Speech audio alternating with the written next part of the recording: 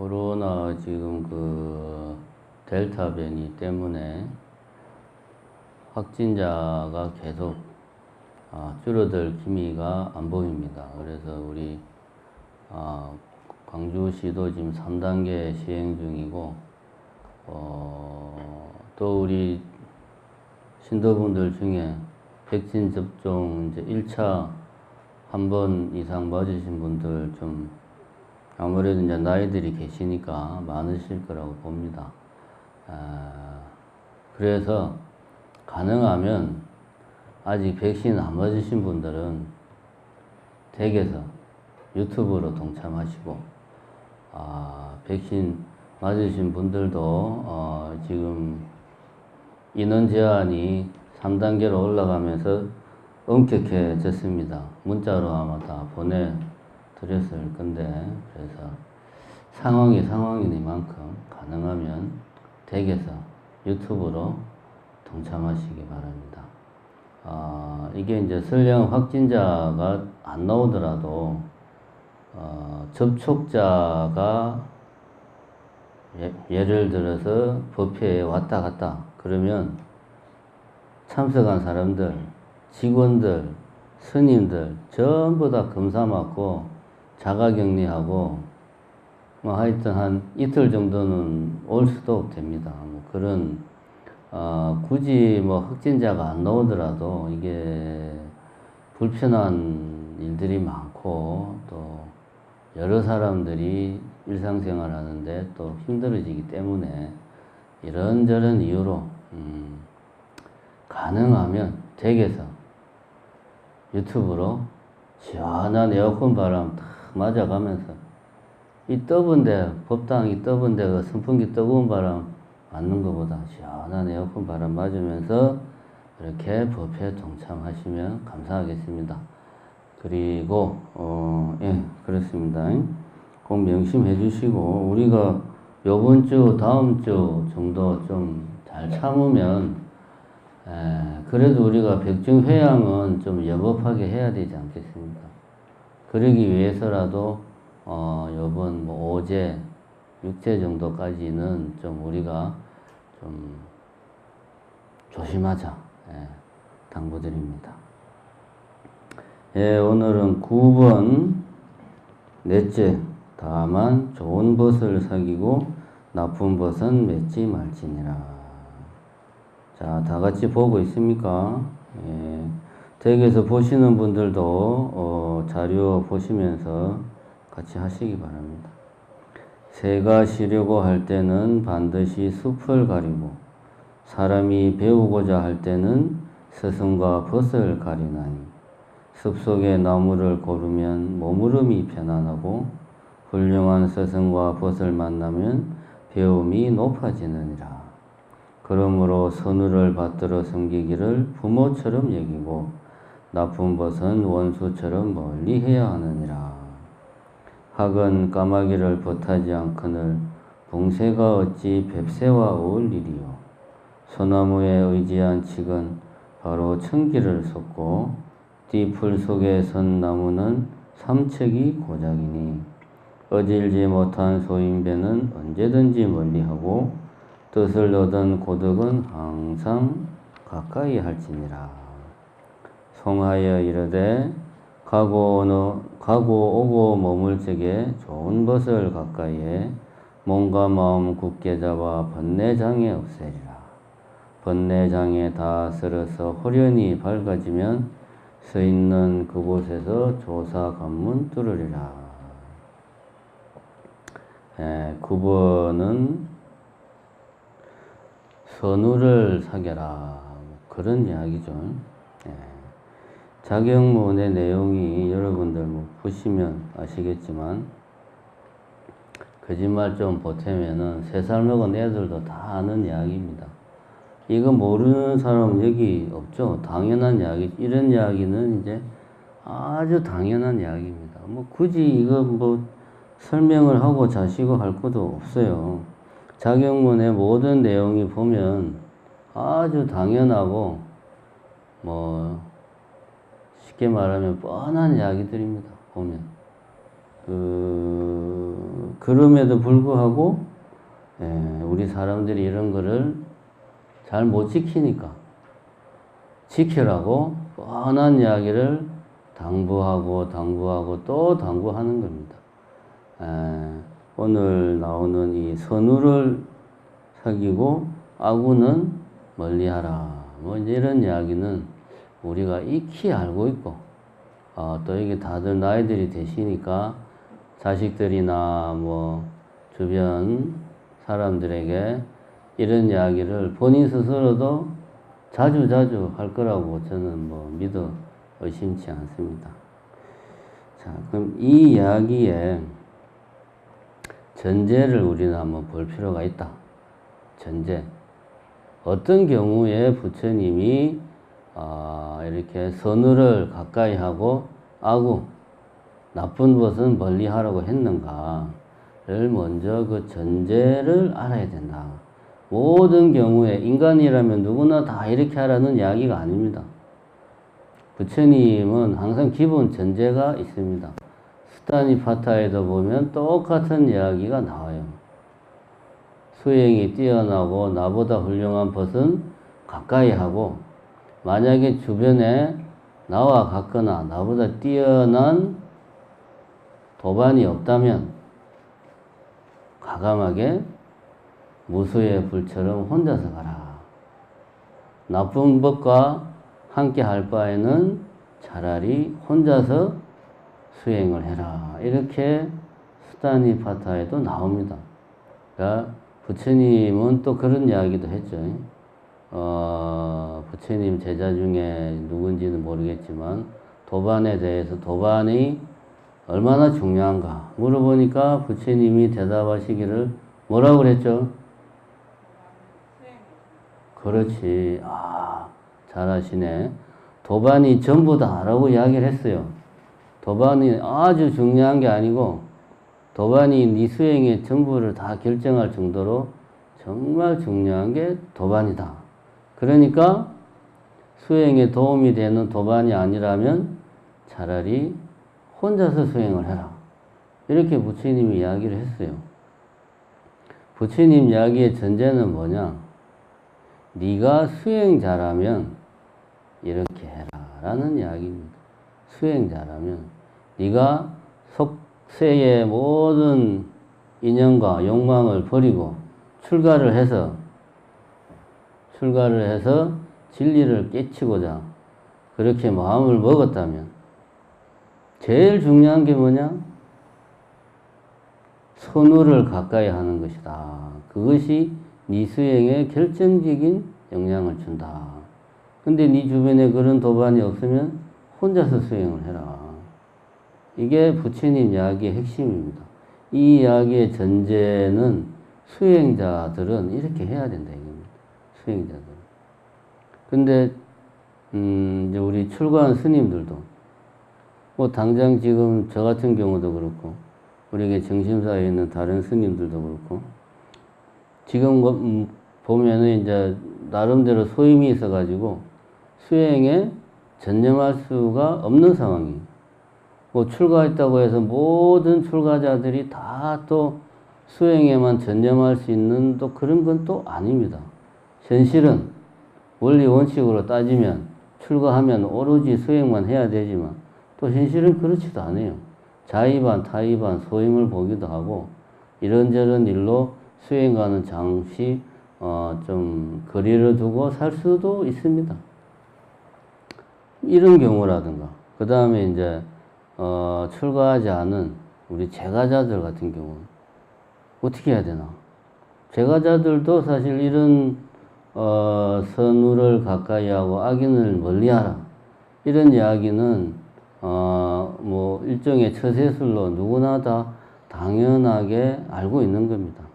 근데 이 이야기의 전제가 뭐냐를 생각하지 않고 그냥 이 이야기만 놓고 보면 우리는 어떻게 생각할 수 있느냐? 저 인간 마음에 안 들어. 각각 저 인간은 도저히 상종할 인간이 못 돼. 그래서 내가 저 인간하고는 요즘 흔히 하는 말로 손절할 거야. 인연을 끊어버려. 핸드폰에서 그것이 전화번호도 차단하고 카톡에서도 지우고, 뭐 예를 들면 또 일반적인 뭐 처세술 같은 데 보면 요즘 처세술의 추세는 그래요. 네 감정이 원하는 대로, 네가 싫으면 싫다고 이야기하고, 하기 싫으면 하기 싫다고 노라고 이야기를 하고, 보기 싫은 사람을 굳이 네가 그 고통스러워하며 관계를 이어갈 필요가 없다. 그런 경우는 관계를 멀리해라. 뭐 이런 식으로 일반 처세술에서도 이야기를 합니다. 근데 그런 부분에는 전제가 빠지게 돼, 그지? 내가 이야기하고 싶은 것은 네가 수행자로서 네 삶을, 앞으로의 삶을 오로지 수행자로서 일로 매진하겠다 한다면 부처님의 말씀이 100% 맞아요. 수행을 하는데 도움이 안 되는 사람은 멀리 해야 됩니다. 그렇게 해도 될까 말까 한 게 수행인데, 어느 세월에 같이 공부할 생각은 안 하고 놀러 다니고 맨날 차 마시고 뭐 이제 이러면은 공부는 어느 세월에 하냐 이거지. 수행에 일로 매진하겠다고 결심을 했다 하면 출가를 했든 출가를 하지 않았든 그건 중요한 게 아니에요. 요즘은 먹고 살기가 편해져 가지고 내가 돈을 안 벌어도 내 생활을 유지하는 데 문제가 없을 정도의 사람들이 제법 있습니다. 정년퇴직을 했거나 뭐 이런저런 등등의 이유로 벌어놓은 돈이 좀 있거나 이런 사람들은 수행에 일로 매진해도 아무 문제가 없습니다. 자식들도 다 키웠다면 아무 문제가 없어요. 부처님 당시에는 이런 거는 아주 돈 많은 사람 아니면 힘들었죠. 근데 지금은 출가를 했다 안 했다는 부차적인 문제입니다. 내가 내 스스로를 수행자로 규정을 하느냐 안 하느냐 이겁니다. 수행자로 내 스스로를 규정을 한다면 부처님 말씀이 100배 맞다. 근데 그럼 이렇게 따지고 보면 내 수행에 도움이 되지 않는 사람, 예를 들면 남편은 볼 때마다 화가 나고 짜증나고 맨날 뭘 시키기만 하고 일생에 도움이 안 돼. 수행은 고사하고 내 하루하루에 고통만 주는 사람이에요. 그러면 이런 사람은 어떻게 해야 됩니까? 멀리 해야죠. 그럼 어떻게 해야 됩니까? 이혼해야지. 그죠? 자식이라는 놈이 나와서 돈은 안 벌어오고 하루 종일 방구석에서 나올 생각도 안 해. 그러면서 또 밥은 또 꼬박꼬박 챙겨 먹고 용돈은 용돈대로 달라고 그래. 나이가 30이 다 돼가는데. 그러면서 사업한다고 뭐 있는 돈 없는 돈 달라고 맨날 땡깡이나 부리고 이런 자식은 원수예요. 이 자식이 아닙니다. 이거. 그럼 이런 경우도 아구지 아구. 그죠? 어떻게 해야 됩니까? 호적 파야죠. 호적 파야 돼. 과감하게 그냥. 너는 자식도 아니야. 호적 정리해야 됩니다. 그렇잖아요. 그런데 우리 현실은 그렇지가 못하다 이거지. 문제는 이겁니다. 우리 현실은 이 중생들이 살고 있는 이 세계는 사바세계는 내 뜻대로 되는 게 하나도 없어요. 인연이 얽히고 설켜가지고 뭐 행동 하나 생각 하나 내 마음대로 되는 게 없습니다. 인간관계도 마찬가지예요. 인간관계도 내가 보고 싶다고 해서 보고 저 사람은 내가 좋아하는 사람이니까 가까이 하고 저 사람은 내가 싫어하는 사람이니까 멀리하고 이게 안 됩니다. 처세술에 나와 있는 이야기대로 하면 이 세상 망해요. 망합니다. 이 세상. 우리 중생세계의 현실은 거미줄처럼 다 서로 얽히고 설켜가지고 뭐 하나 하려고 해도 내 뜻대로 안 되고 나는 좋은 뜻으로 했는데 그게 다른 사람한테는 나쁜 영향을 주고 다른 사람도 자기 나름대로는 좋은 뜻으로 했는데 내한테는 나쁜 영향을 주고 이게 우리가 사는 중생세계예요. 우리는 이 세계 속에서 불자로서 수행을 하면서 살아가야 된다 이겁니다. 그러면 이럴 때 어떻게 해야 되냐.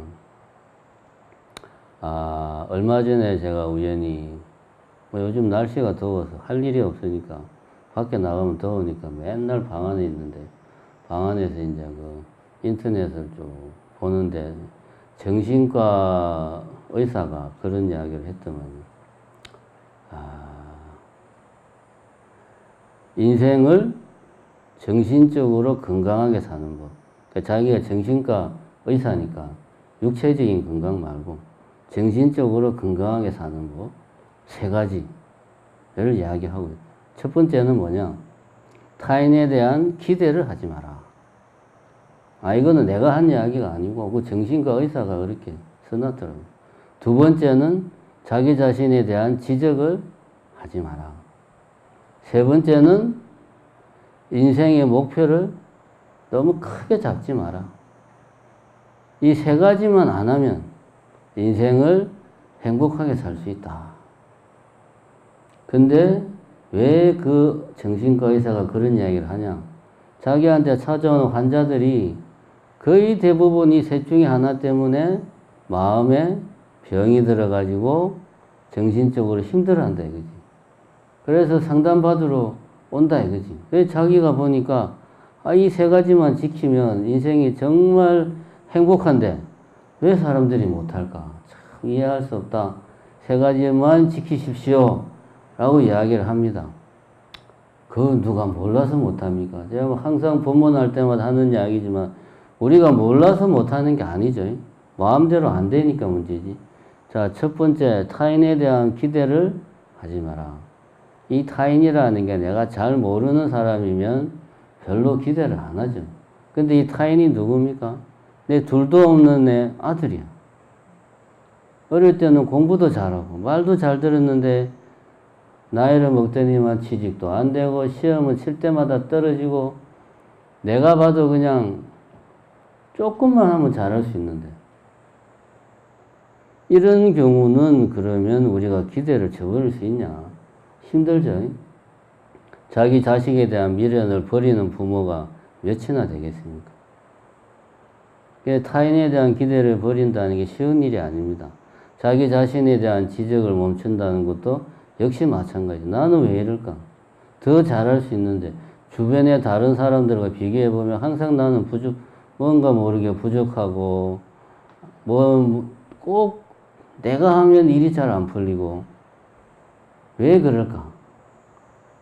그 다음에 3번째, 인생의 목표를 크게 안 잡고 흔히 하는 말로 조금 예를 들면 살을 빼야 되겠다. 나도 50kg대 몸매를 유지를 해야 되겠다. 이런 현실적으로 불가능한 목표를 세우지 말고 요번 달에는 1kg만 빼자. 예를 들면 이렇게 하라는 이야기거든요. 이 이야기가 이렇게 하라는 이야기입니다. 근데 이렇게 하면은 성이 안 차죠. 그죠? 살을 빼려면은 한 50원 6kg 정도 쫙 빼가지고 그냥 어떤 옷을 입어도 이게 탁 몸매가 그냥 옷이 제대로 좀 이렇게 탁 옷발이 받고 이래야 되는데 하루아침에 한두 달 해가지고 쫙 빠져야지 어느 세월에 한 달에 1kg씩 빼가지고 어느 세월에 내 몸무게가 56kg 그렇게 가겠습니까?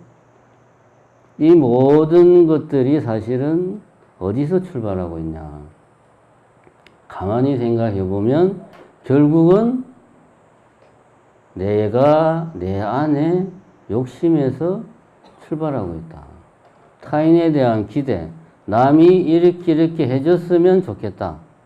적어도 너라면 나에게 그렇게 하면 안 된다. 예를 들면 이게 타인에 대한 기대잖아요. 가까이 지내는 친구가 힘들어해.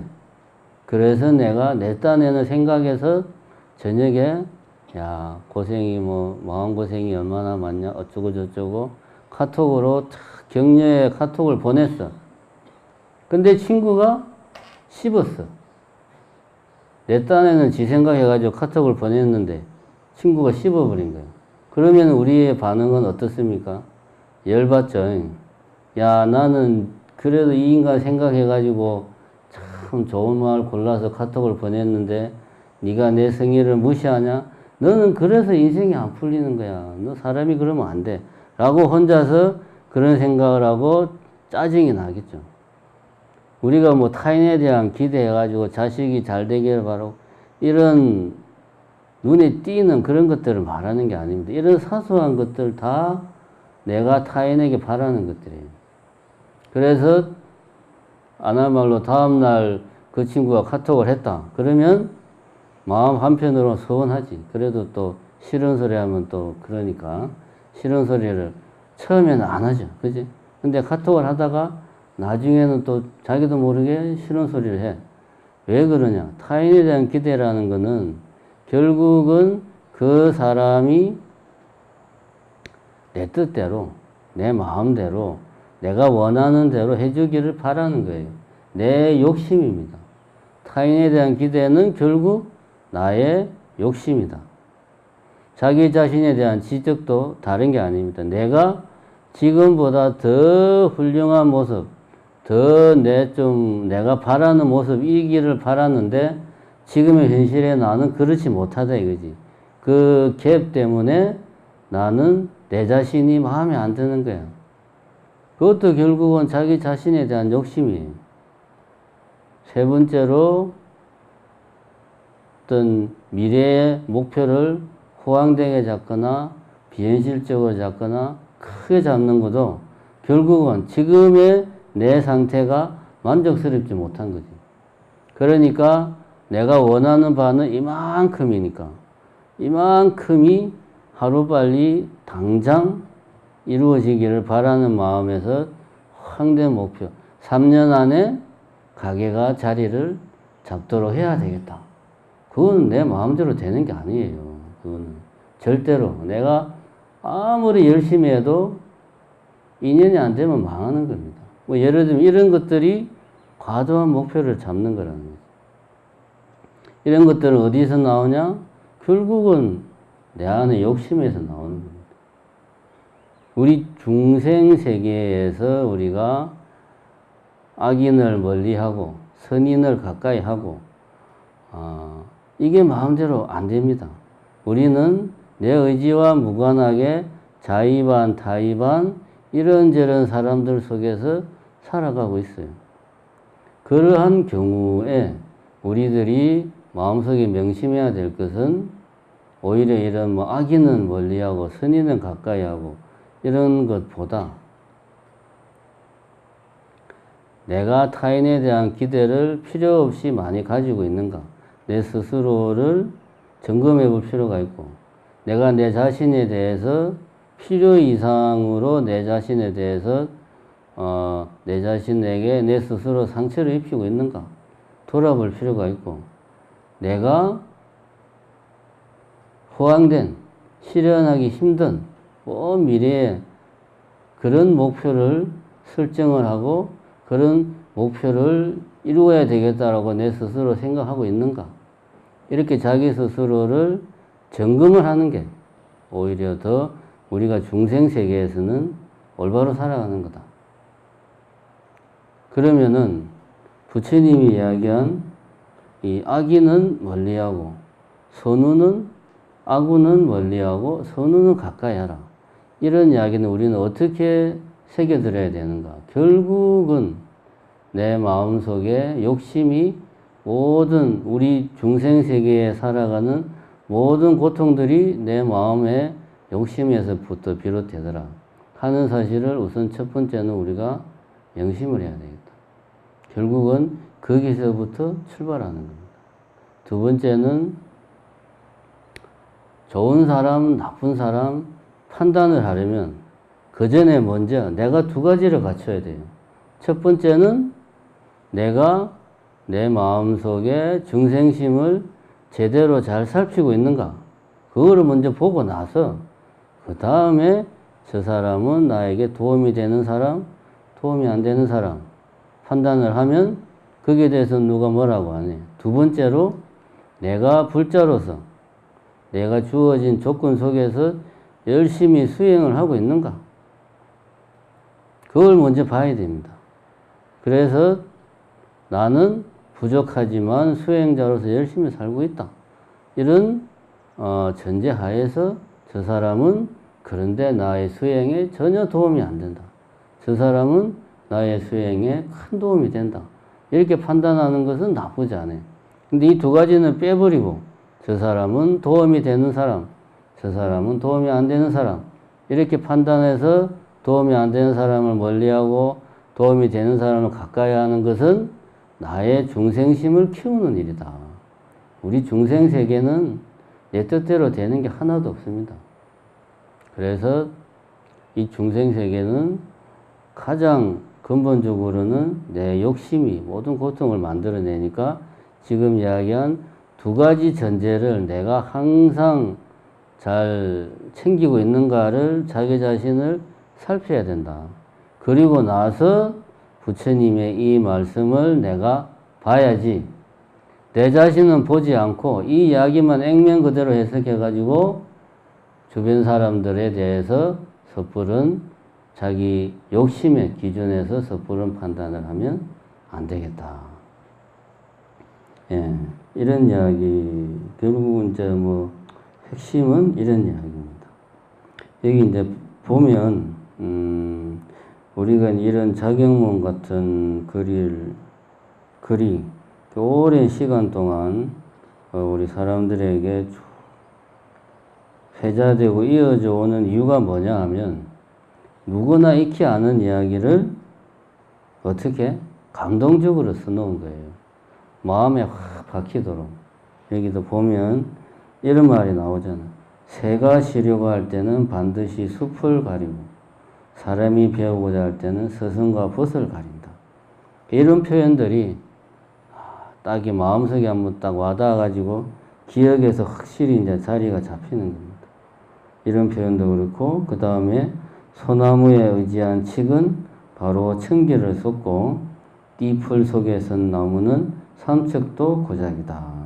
그러니까 이런 표현들이 참 멋있는 표현이에요. 이런 표현들을 우리가 평소에 마음속에 새기고 있으면 일상생활 하는데 아주 이게 훌륭한 도움이 됩니다. 칡이라고 하는 것은 자기 혼자서는 꼿꼿하게 못 올라가잖아요. 덩굴 깔아서. 그래서 옆에 다른 나무에 의지해서 올라가는데 그 의지하는 나무가 소나무 같이 쭉 뻗은 나무면 칡도 쭉 뻗어서 소나무처럼 크는데 이 얘기 그 얘기잖아.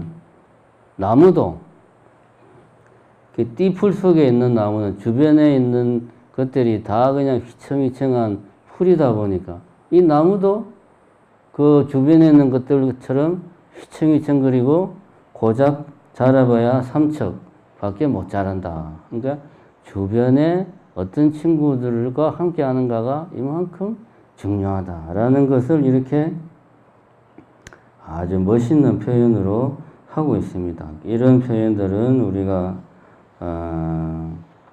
마음속에 탁 새기고 있으면 큰 도움이 됩니다.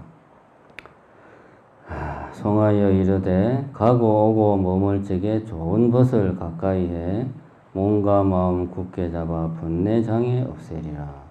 번뇌장애 다 쓸어서 호련히 밝아지면 서 있는 그곳에서 조사관문 뚫으리라. 제가 이야기를 계속 한 게 바로 이거죠. 왜 좋은 것을 가까이 하는가? 내 욕심을 채우기 위해서 그렇게 하는 게 아니다 이거지. 왜 좋은 것을 가까이 하는가? 번뇌장애를 없애가지고 호련히 없애가지고 조사관문을 뚫기 위해서 좋은 것을 가리는 겁니다. 다시 말해서 깨달음을 얻기 위해서 수행에 전념하기 위해서 내 주변에 나의 수행에 도움이 되는 번뇌와 장애를 없애는 데 도움이 되는 선한 것을 두고자 하는 거지 내 욕심을 채우려고 그러는 게 아니에요. 내가 다른 사람들보다 더 잘 살려고 더 많은 명예를 얻고 더 많은 권력을 얻기 위해서 좋은 것을 가까이 하고 나쁜 것을 멀리 하는 게 아닙니다. 이거를 우리가 항상 명심을 해야 된다. 예. 10분까지는 할 시간이 좀 없네요. 10분은 다음에 하고, 오늘은,